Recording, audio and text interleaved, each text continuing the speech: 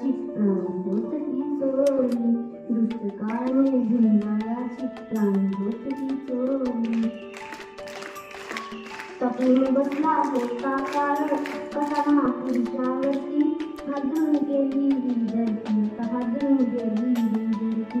काळजातील हंस रचला दयाला आली धरती, सूर्य बुडाला अंधार झाला म्हणून जनताली. प्रगतीचे ते युगे दिनांची, प्रगतीचे ते युगे दिनांची उत्साहांची सारी, दुष्टकाळाने हिंगाळ्याची प्राणज्योत ही चोरली, दुष्टकाळाने हिंगाळ्याची प्राणज्योत ही चोरली. धन्यवाद.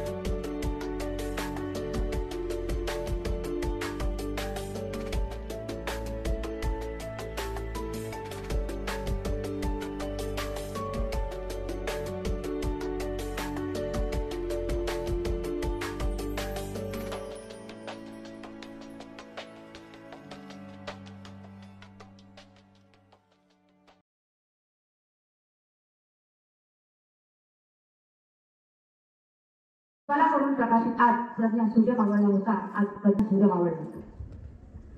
विद्यार्थी मित्रांनो, याआधी झालेल्या भाषणांमधून बाबासाहेबांची जी गाणी यामध्ये म्हटल्या गेली, यामधून बाबासाहेब म्हणजे काय हे तुम्हाला थोडक्यात उमगलं असेल, समजलं असेल.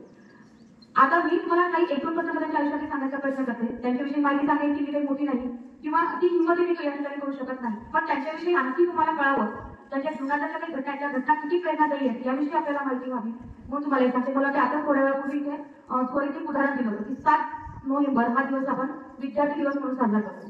तुमच्यापैकी किती जणांनी हा दिवस साजरा केला सांगा बरं. केला का कोणी? तुम्ही सध्या कोणत्या दशेमध्ये आहात? विद्यार्थी दशेमध्ये आहात नाही. पण विद्यार्थी दिवस 7 नोव्हेंबरला का साजरा केला जातो याचं छान स्पष्टीकरण दिलं त्यांनी की मला वाटतं 7 नोव्हेंबर 1900 मध्ये डॉक्टर बाबासाहेब आंबेडकरांचा शाळेमध्ये प्रवेश झाला आणि म्हणून हा दिवस आपण विद्यार्थी दिवस म्हणून साजरा करतो. त्याने त्याच्या भाषणात छान उदाहरण लिहिलेलं आहे की त्याच्या शाळेत प्रवेश झाला होता, पण त्यांना वर्गात बसण्याची मुभा नव्हती. कुठे बसत होते ते? वर्गाच्या बाहेर, तिथे मुलं शूज आणि चपला काढत होते, अशा ठिकाणी ते बसत होते. तिथे बसून त्यांनी ज्ञान ग्रहण केलं. बरेचदा त्यांनी सांगितलं की वर्गात शिक्षक मुलांना विचारायचे, प्रश्न विचारायचे, तर वर्गाच्या मुलांना यायचं नाही. पण बाहेर बसलेला जो छोटा विभाग होता हा उत्तर सांगण्यासाठी नेहमी तत्पर असायचा, पण शिक्षक त्याला त्या ठिकाणी उत्तर देण्याचे चान्स देत होते.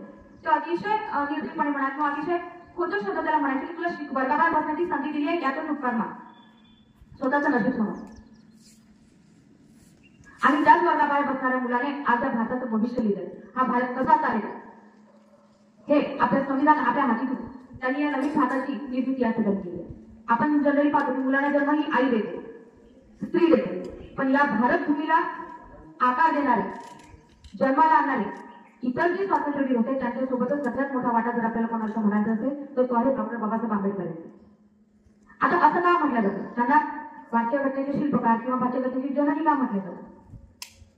माती आपल्या आजूबाजूला भरपूर असते, त्यातून आपण व्यवस्थित काही करू शकतो का? नाही. पण कुंभार जेव्हा त्या मातीवरती कष्ट घेतो तेव्हा त्याच्याकडे एक चांगली एखादं भांड म्हणा एखादं मडकं तयार होतं. आता आम्ही तुम्हाला रोज अभ्यास करायला सांगतो, अभ्यास करा, तुम्हाला वाटतं कुठलं की येतेच सांगतात. पण विचार करा, ज्या व्यक्तीला शिकण्याचा अधिकार नव्हता त्याने त्या पूर्ण आयुष्यभर शेवटच्या क्षणापर्यंत ते वाचन करायला पाहिजे जिहाद पाहिजे. त्याने भारतातच नाही तर भारताबाहेर वेगवेगळ्या युनिव्हर्सिटीमध्ये जाऊन शिक्षण घेतलेलं आहे. जवळपास 9 भाषा त्यांना